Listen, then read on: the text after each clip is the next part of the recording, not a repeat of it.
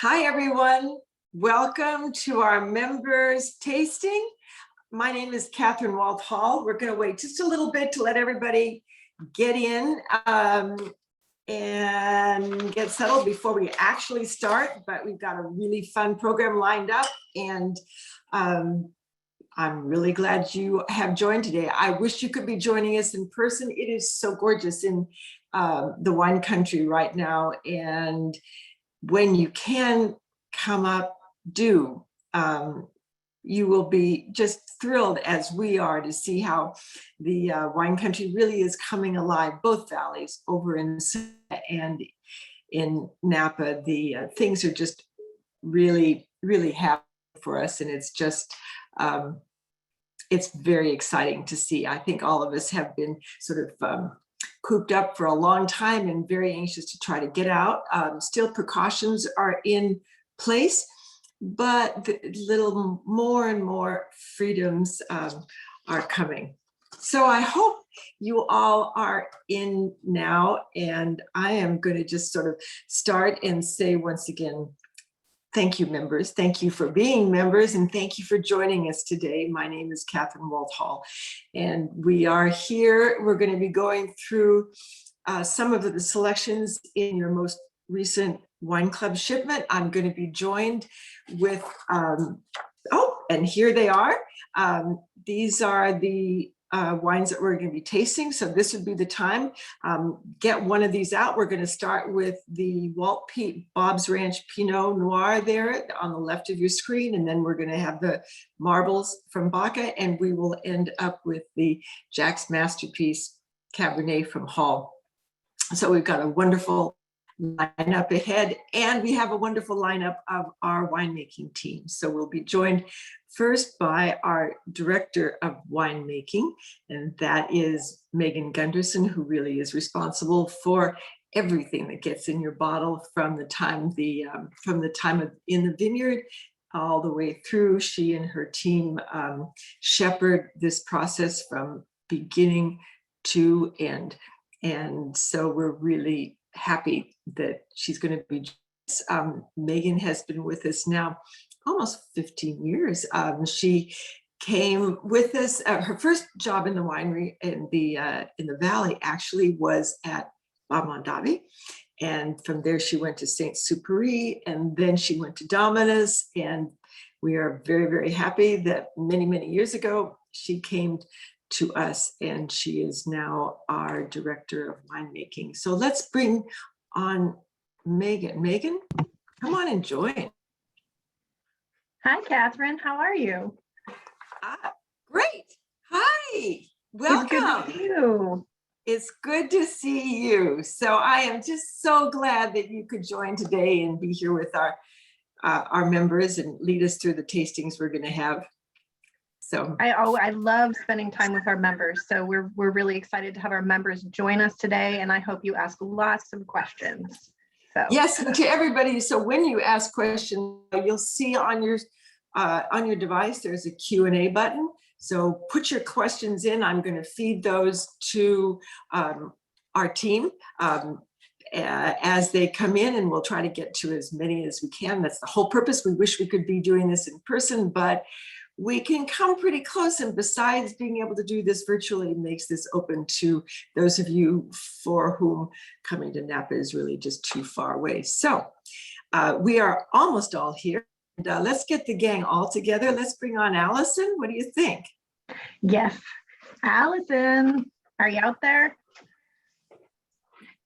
Hey everyone. Hey Hello, here's Alison Frichtl Hollister, our senior winemaker. Alison, welcome. Thanks, great to be here. Hey everyone. Yeah, you guys have been working together for so long. You are just such an amazing team. I'm so proud of all the work and all the beautiful wines that you make. So Thank you. Very busy right now. So tell us what's going on at the winery, in the vineyards and in the cellar, you guys. Maybe start with you. Megan, what's going on? So it's a really exciting time right now in the valley. We've had low rainfall. It's been quite warm, so the vines woke up a little bit early this year, and so we've seen a lot of very rapid canopy growth. So our vineyard team, led by Don Monk, who's also been here for a really long time, is busy every day, making the rounds to all of the Napa vineyards, and then all of our Pinot vineyards and Zinfandel vineyards all throughout California. So I just walked our estate property here in St. Helena, where our main facility is. And what's going on right now is flowering. So the little baby grape clusters that you see are actually blooming, and it's the most wonderful smell in the world. I wish we could bottle it up and keep it forever, but it's, you know, it lasts a very short time. It's really, we're very excited for the 2021 vintage. And there's also a lot going on in the winery. Alison, you want to tell our members what's going on in the winery right now?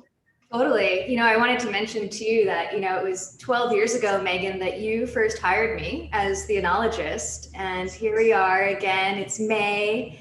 And, you know, we're putting the finishing touches on our blends for 2020, and our cellar staff is busy putting those together in the cellar so that they can age and barrel.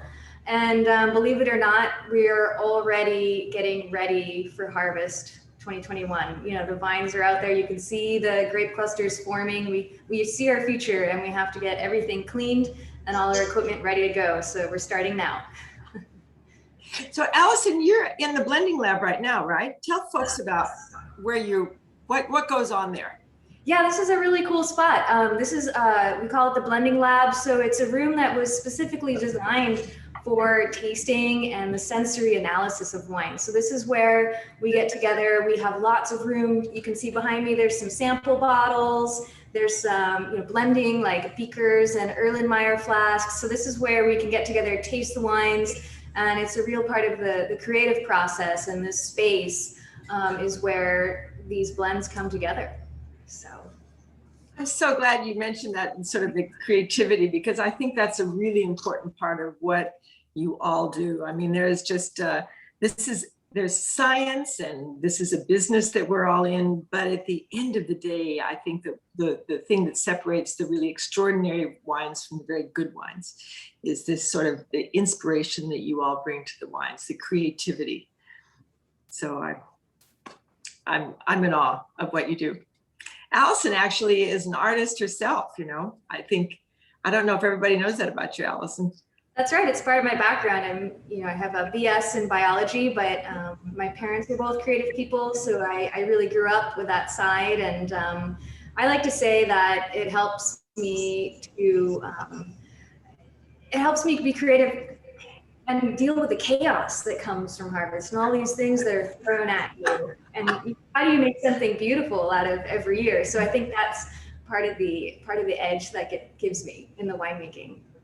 Helps you recenter yourself in that chaotic energy of harvest. That's right. Find the excitement in it. Yeah. Yeah. So Megan, what do you do to sort of center yourself during the... I just take it one day at a time. You know, we, having worked together for so long, I think we have this great relationship. You know, Alice and myself, we have a very long tenured cellar team too. You know, our cellar leadership, vineyard leadership. So good communication, a lot of support. Some vintages go really smoothly and it's dreamy and there's really very little stress at all. And then there are others that are far more challenging. And so during those times, we really lean on each other. And that's one of my favorite things about working here. Yeah. So true. Yeah, so much of what we do really is collaborative, even for those not on the winemaking team, but I mean, it is such a collaborative effort, bringing these grapes into the beautiful products that you eventually make them into. I think we should move on to our first tasting. And let me just, as a reminder, I've seen a couple comments that have come through for everybody. So, oh good. So you all have found some of the question and answer. Please keep them coming. And actually, now that I have the questions open, before we start this first wine, which is going to be the Bob's Ranch, let me just pass off one of these questions to you. Maybe Megan, I'm going to send this to you. You were talking about the vineyards earlier. How do you expect the dry start to the season to affect you? Yeah, so we're worried about water, our ability to irrigate and also to heat suppress. Towards the end of harvest, we have some areas that get very warm and we use water to bring the temperature in the vineyard down. So we're just keeping an eye on that. I mean, in 2019, we did get a significant amount of rain in May. So there's still a few days that it could happen. But yeah. Mm-hmm. We're moving ahead. Moving ahead. Dealing with, you know, we take whatever we get and we make the very best of it. So let's see, I'm looking for, the first wine we're going to have is the Bob's Ranch Pinot Noir. Oh, good. And you all, Alison, she's got a glass in her hand and a bottle right there. So some of you may not know that the reason that we call the Walt brand Walt is that's my maiden name.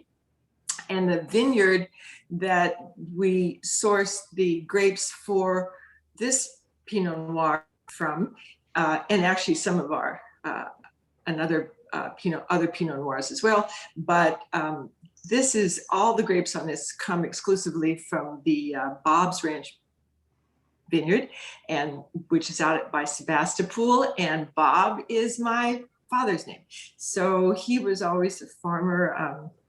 He's really the reason that I'm in this business, and I guess in a sense, everybody, that's sort of a reason why we're all in this together. My dad was a farmer. He just he loved working in the land. He always felt like wine was really made in a vineyard, and he was very, very concerned always about terroir, although in those days we didn't have the sophistication that we now have in terms of what you plant and where you plant it and so forth. We just didn't have the experience in California. But I think using Walt as the name of this brand is very appropriate because Pinot Noir is particularly responsive to terroir. And this vineyard is our pinnacle vineyard. So Alison, would you walk us through this beautiful wine? Absolutely. To tie it back to what we were talking about before too, this is a really significant vineyard because it's an estate vineyard. We farm it ourselves. And like Megan mentioned, we've also been working with Don Monk, our vineyard manager, for the past 12 years too. So our combined experience is really significant, especially when dealing with a vineyard like Bob's, because it's super complex. It's got over 40 different blocks, a ton of different clonal and rootstock selections planted throughout it. Are you guys getting the same feedback I am, or is it sounding okay? This was checking yes, I just got a little feedback here, so I'm going to turn my volume down. Okay, yeah. Cool. Yeah, so really, it takes time to get to know a site, and this is just an incredible spot. It's in Sebastopol and has all of the conditions that you look for when planting very high-end Pinot, and it's a very breezy site, so you get a lot of breezy ocean influence. You get a lot of fog in the morning, which keeps it really cool for most of the day, helps it retain its acidity. You've got this great sandy, loamy soil that's very well drained. They say Pinot doesn't like to have wet feet. It wants to be well drained. It's got gentle rolling slopes. Here's a gorgeous flyover of this expansive vineyard. And so we really have the right site and this incredible amount of clonal material to work with. And so as we've gotten to know this vineyard, we do farm it block by block. Here's a picture of all the different clonal selections we're working with. Yellow is Chardonnay in this picture, and green is Pinot Noir. So that's something that's just fascinating every year. And we have the tools at this winery to be fermenting this in small batches. So we'll look at, which clones have a similar morphology or shape, or which clones are ripening when, so that we can keep these separately, pick them at exactly the right time, and then also address, you know, in a really bespoke way, exactly how we're extracting these wines. So the real goal here is always to present the essence of Bob's Ranch. And I think that really does all come together in the blending process, where we sit down and taste these components and select these areas in that vintage that have the most powerful expression of this vineyard. And so again, that takes place in the space I'm in now. It's a super creative process. And I'll just touch on the 2019 vintage a little bit too. That's what you have in your glass here. And like Megan mentioned, 2019 started out dry, and then we got like 3 inches of rain in May, which is a lot, and that's fairly late. And it turned into an interesting growing year. You know, of course, the vines in that year responded with a lot of growth all of a sudden. I mean, they're already shooting up green right now, but it just was took that much more care in the vineyard to really make sure you have the right amount of airflow. You actually go in and remove leaves if it gets too bushy. So that's what we were doing in 2019. And then it just turned into this gorgeous long Indian summer. So that was what I would classify as a very easygoing harvest. Everything, there were no major weather events that year. And I feel that the wines responded with having a character to them that I would describe as just exceptionally elegant to these wines. It was a calm vintage. And some of the clones that went into this particular one, where we always add heritage selections. So in this case, there's one from Mount Eden. And these kind of heritage selections tend to form clusters that have a morphology, a shape that we call hens and chicks. So you've got big berries and small berries on the same cluster, and the small berries have more skins and they do pulp, and the skin is where you're getting your color and your flavor. So you're going to go a more deeply flavored and colored wine. And I think the last thing I would mention about this wine in particular, the 2019, is you can also taste the influence of a winemaking technique. We are starting to introduce a little bit of whole cluster fermentation. This is a cool growing area, and by fermenting a small portion with the whole cluster, the stem and all, those stems actually contribute some tannic structure to the wine, some weight, and I think also enhance a savoriness and earthiness that I always find very distinctive about this wine. And with that, I'd like to pass it on to Megan to add her comments about it. Yeah, so Alison touched on this special cluster shape that we're getting from these heritage selections at Bob's Ranch. And did you talk about whole cluster fermentation? Can you guys explain what a heritage selection, heritage cluster is? Yeah, I'm sorry, clone. This is a vineyard that was developed by Paul Hobbs and Ulysses Valdez. It's a fairly young vineyard, and Ulysses Valdez is very well known throughout Sonoma for developing really high-end luxury Pinot Noir vineyards. So we were very fortunate to be able to purchase this site. And what he does when he develops these sites is takes these heritage selections, Wente, Hyde, Calera. So these are selections of Pinot Noir, a variation of Pinot Noir that has been grown in other places, that's favored for certain properties, and we take that wood from that plant and move it to another vineyard site. So it's not coming from UC Davis, it's not cleaned up, it's actually just a selection that's preserved. So it's really unique in that you're preserving this really wonderful history of California Pinot Noir, and we're really lucky to have this site where we have so many of these unique and special variations really of Pinot Noir. I think of it as a spice rack, and it brings so much diversity and so much layering complexity to the finished version of Bob's Ranch. Does that answer your question? Yeah, I am really getting spice in here as I'm sipping it. Yeah, so I hope you all are trying it, our members, and I'm going to check you for some questions. Sorry, Megan. No, go ahead. Let's answer some questions. Okay, let's see.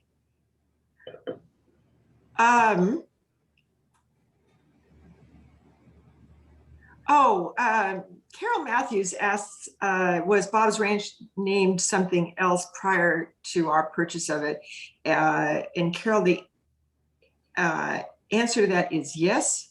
I don't recall what the name is. Do either of you remember what it used to be called? Yes, it was. So it was the Peterson family who owned the property originally. So it was the Peterson Yellow Rock Vineyard is what they called it. So, you know, I have just a little editorial here. I love being able to name things after people, after us. We're going to have the last of our 3 wines that we're going to have today has a very personal connection to us. It's also expressed in the name. And I'm really glad that this vineyard that we call this vineyard, named it after my dad. I just feel like we are people and we are so involved in the product that ends up in everybody's glass has so much our own sort of, I'd say footprint, but really it's the fingerprint, the touch, the love, just the effort that goes into making these wines. So it's a very personal process. Mm-hmm. Absolutely. Yeah. Alison, this is for you. Someone, Doug and Joanne Kime asked, how badly did the fires last year affect the harvest and the resulting wines?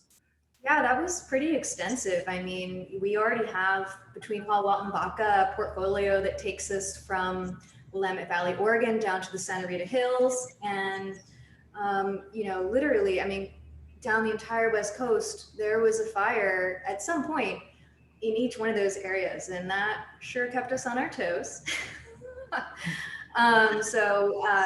But the interesting thing is we really learned a lot from that year, so it depended on, how close the fire was to the vineyard site, how the age of the smoke by the time it got to the vineyard, all of these things are factors in if it's going to have an effect on the wine or not.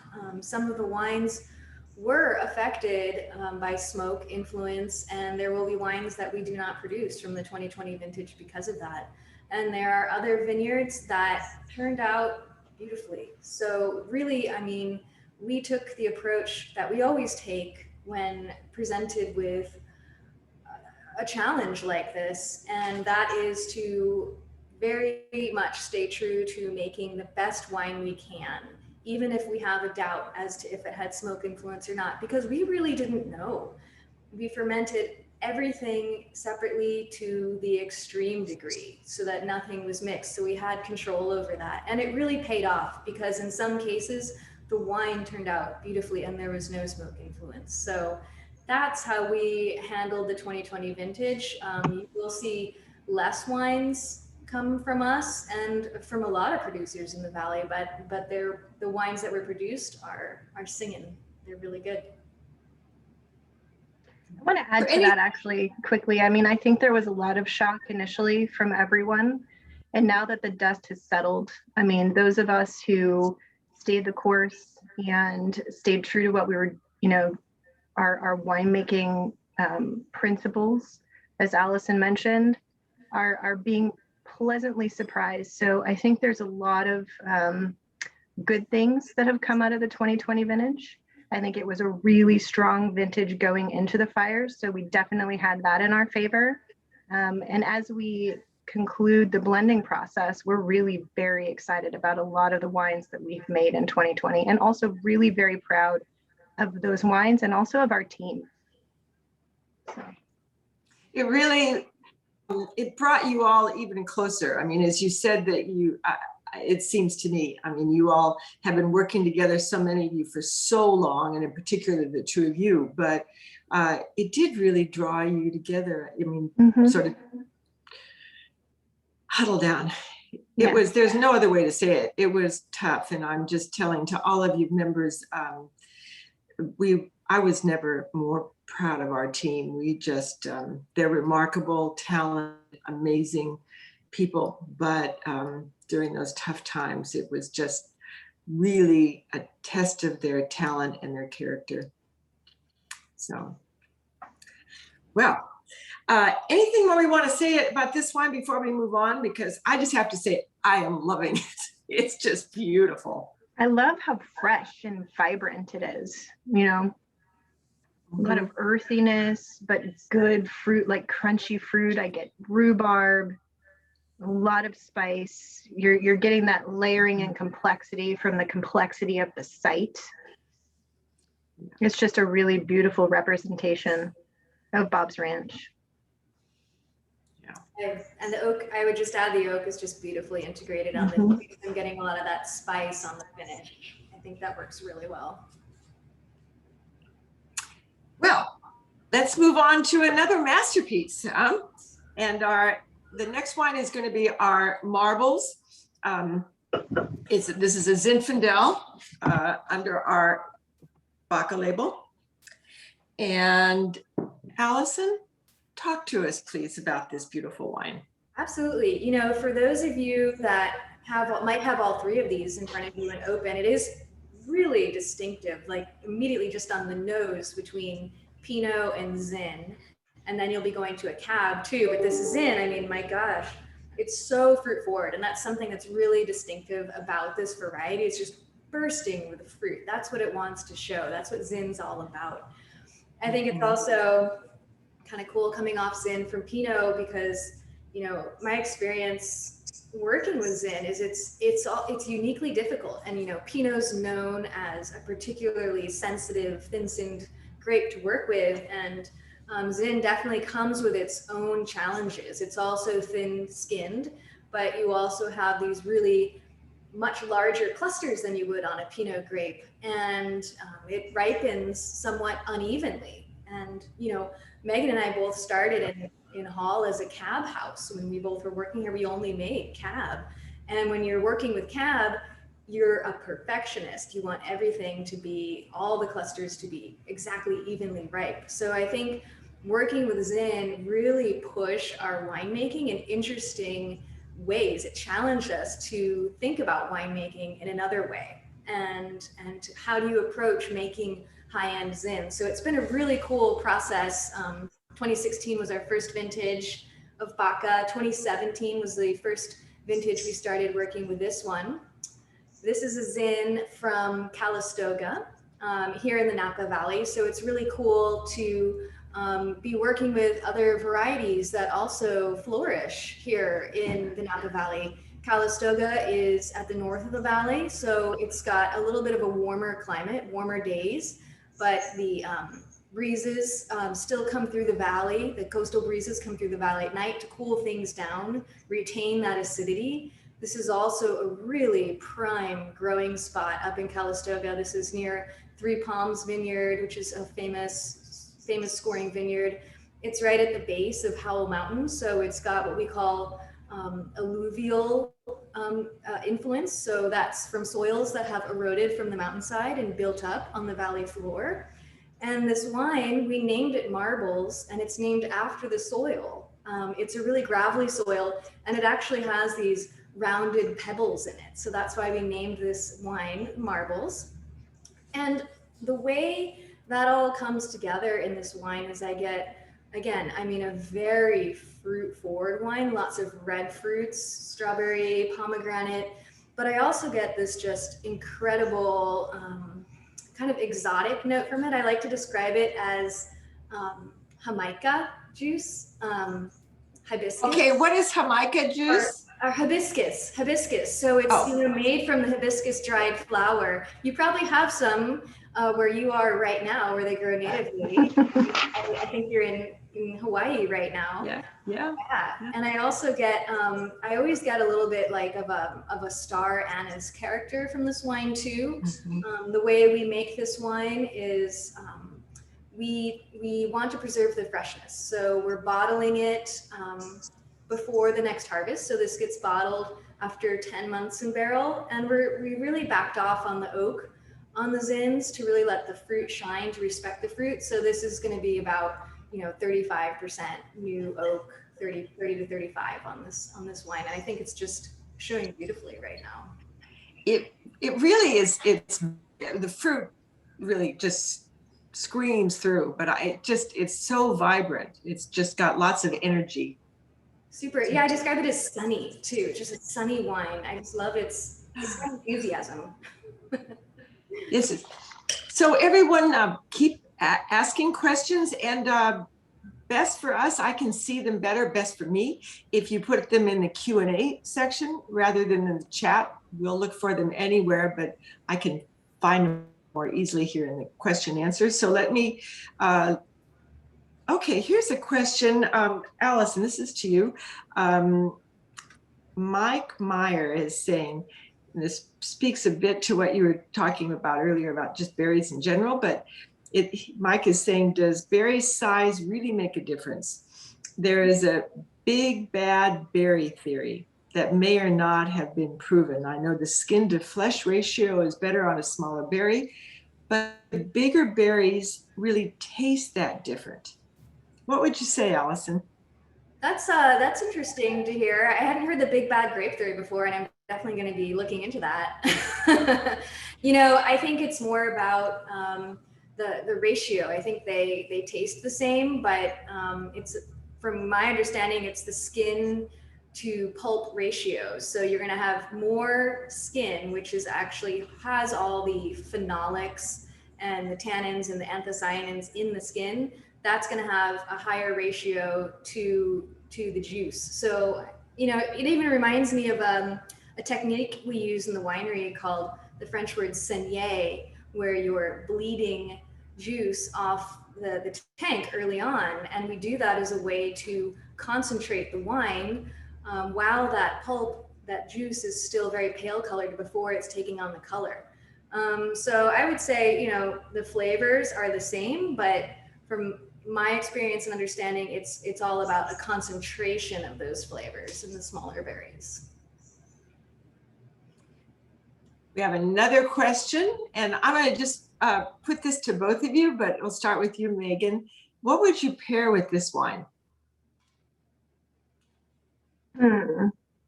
So for me, I think like a nice summer vegetables, spicy pasta sauce, you know, long simmered, garden grown vegetables, very robust, very hearty. I think the acid and the fruit in this wine would really, really play well against the richness of that pasta sauce. That's what I would do. Nice. Alison, what would you pair it with? Oh my gosh, I'm blanking out. I'll drink this with Pizza. anything. This is so good. I'll drink it with anything. Pizza's always a good one.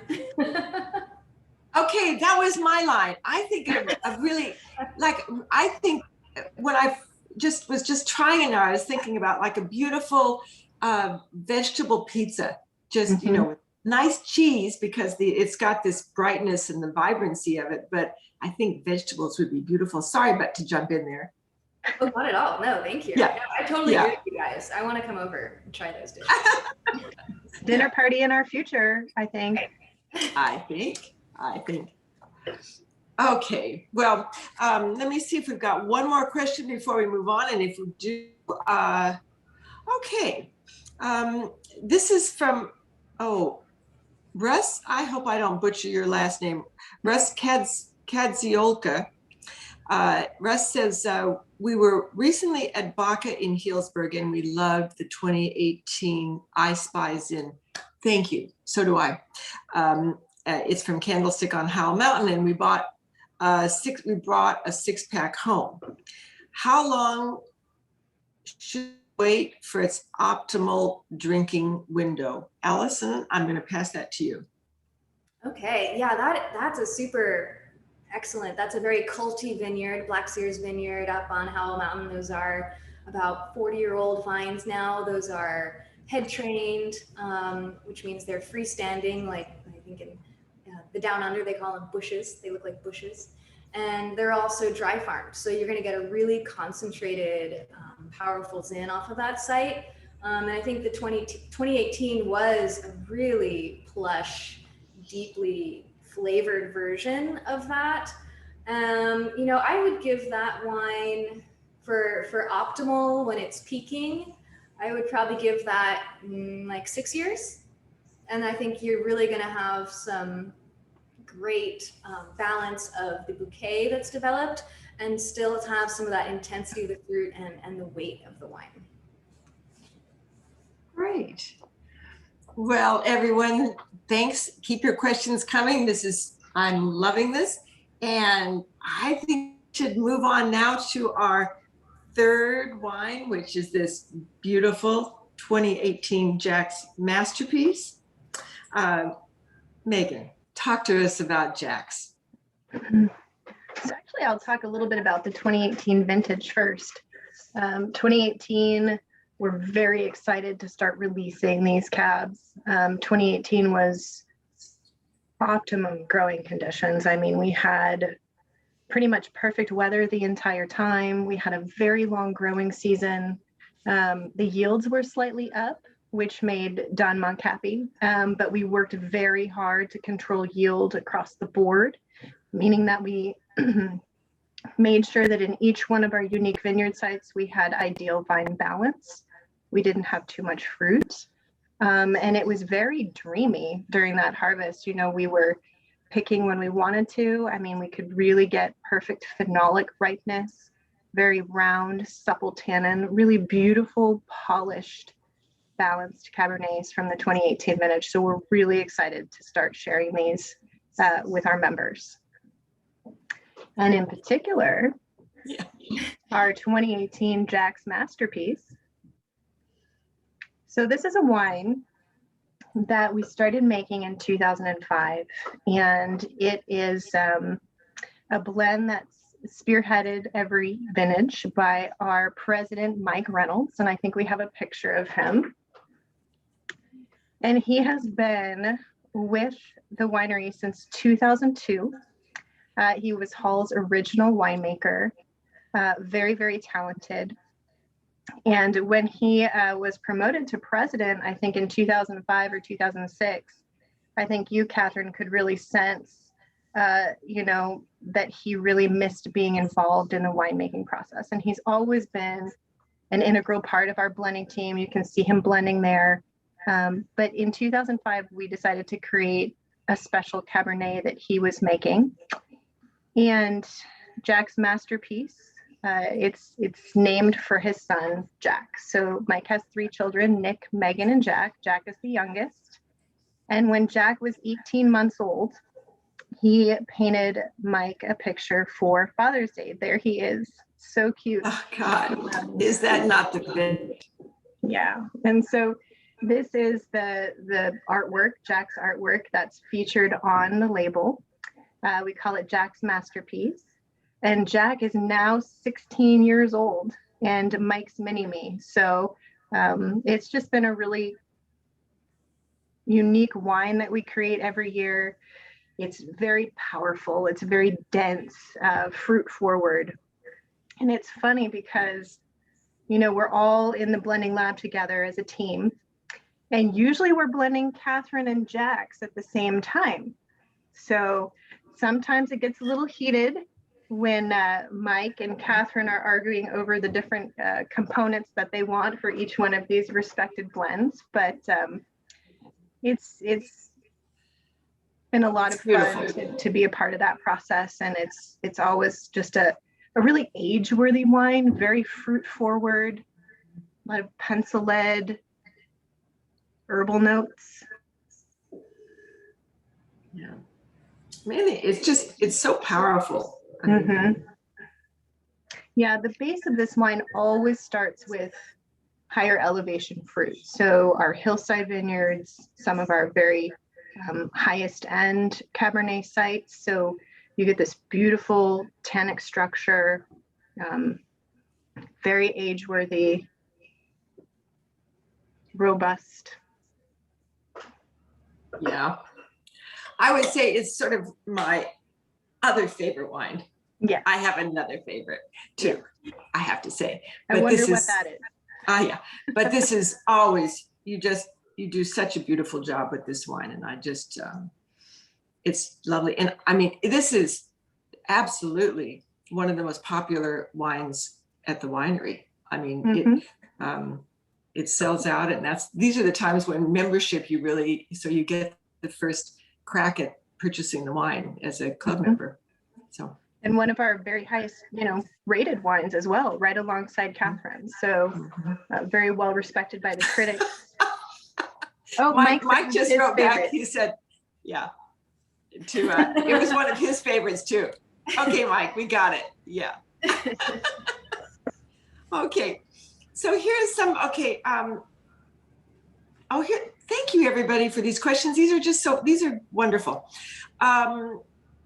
So Caleb asked us, how do you figure out which grapes to put in Jack's versus Kathryn? And I think you touched on that a little bit. Maybe talk a bit more about that, how you make those choices. Yeah, so it's a really complex process. We have 3 or 4 weeks worth of blending sessions. And Alison touched on this earlier, but the way we're making wine here, we have a very large winemaking facility that's set up like a small boutique winery. So we have many small tanks. We keep vineyard lots separate, vineyard blocks separate. And the point of that is to really coax the maximum potential from each one of these unique wine lots. And so when we sit down to blend in the spring following harvest, we have as many as 160 different lots of Cabernet that we will use to create, 15 unique Cabernets, whether it be Vineyard Designate, Appellation, or the blended wines like Kathryn and Jack's. And so we'll sit down and we'll taste a mini vertical, the past 3 or 4 vintages. We know what style of wine we're looking for. We know, because we've worked with these vineyards for so long, what characteristics they're going to bring, whether it be spice or density or tannin or a supple finish. And so we start there and then we just build, and we're constantly checking in as we're building that blend with those previous vintages. And we're talking about what the goal is, because the goal is to provide a consistent style of wine vintage after vintage. And so it sounds really complicated, but it's like recreating your favorite dish over and over and over again. But we also want the mark of the vintage to be there, because we want to capture that moment in time. So we're also respecting, the strengths of that unique vintage and trying to capture that in that blend as well. So yeah, I always really like that you all, there's no formula really for how you approach this, which doesn't make it any easier, but I think makes the wines just more creative. So here's a question that came from Anita Muhammad, and I'm going to direct, this goes to you, Alison. How does the 2018 compare to the 2017? And she's drinking the 17 right now. Is there a particular wine with that question, or is it in general? Oh, I'm thinking she's talking about the, no, not in the question. Look, answer it how you feel. Okay. I'm thinking of Jack's, but whatever. Great. This is kind of a fun one for me, because the vintages were pretty, the way the style of the wines that resulted from the weather that year were quite distinctive. And we're drinking the 2018 right now, 2018 cabs, and I would say across the board for the 2018s, I've been describing the vintage as kind of, it's spherical. Like everything is completely in balance. It's very continuous. It's got, a great entry. It's got this perfectly plush bridged mid palate, and then a super smooth finish. And you can contrast that to a vintage like 17, which was a warmer vintage. It had several heat spikes that year. It was a drier year during the growing season. During the harvest season. But the 17s come off as they're very concentrated. They're a more focused tannic vintage right off the bat. That's going to take a little more time to calm down, I think, than the 2018s. Would you have anything to add to that, Megan? For vintages that you may be more familiar with that are not as new as 17 and 18, I would say that 17 for me is more similar in its structure to 13. And 18 would be more similar to 16. Just a little bit more approachable off the bat, whereas 13 had, you know, they were closed down, and I think 17 is kind of closed down. There's more tannin, there's more grip there. But that's what I talked about earlier, where we want to preserve the mark of the vintage in these wines. We want them to be similar but unique from year to year. So we have time for one more question. And this goes to you, Megan. Actually, hold on. I have to do two because this is just such a good question. Here's one, and this is from Heather Knoll, and she says, I'm sitting in my backyard inhaling the floral scent of an old, amazing lilac bush and drinking the 2018 Jacks. And by the way, I'm glad that's a beautiful scene to set. And so Heather asks, Megan, what accounts for the floral components of lavender versus lilac versus violets? That is a good question. So, yeah, it comes down to really, techie science is the molecules that create these scents, and then how they interact with, your nose. And they're all distinctive and unique. And, I think it's also memory too. You smell these things, you remember how they smell. And so while you may not be finding pure lilac or lavender in a glass of wine per se, it's that there's a smell in the wine that's evoking a memory for you of when you were sitting outside, smelling the lilac, and you're finding a similarity in some aroma in the wine, and you make that connection. And that's one of my favorite things about wine, and all of the unique aromas and flavor profiles that you can find. And it's very personal. And I have to say, I love lilacs. I went to college in Minnesota, and they grow wild everywhere. And they're one of my favorite flowers. So I'm jealous. So, well, I just hate to say this, but we are out of time and we need to close. And let me turn this, Alison. Final thoughts for our members who've been here with us. Well, I just want to, thank you all for your awesome questions, for your support, your great comments. It's been a lot of fun. And just, it's really beautiful here in the Valley right now. And come visit us. Come visit us in Sonoma or in St. Helena, Healdsburg. We'd love to see you. So thank you. Megan. So I'll echo what Alison said. Thank you all for being here today. Thank you for continuing to purchase and consume our wines and give us great feedback. We're excited now that the world is opening up. Kathryn mentioned that earlier in the segment, and we're ready to celebrate with you. So please come and visit us, and let's drink lots of wine together. We are ready, more than ready. Yeah, it's not as if, by the way, we don't drink wine with each other, but we would love a little more company. Yeah. Right. So everybody, it's just been wonderful. Thank you so much for joining us today. Thank you above all for being our members. We love doing this. We love doing it in person, but this has actually been really fun too. We look forward.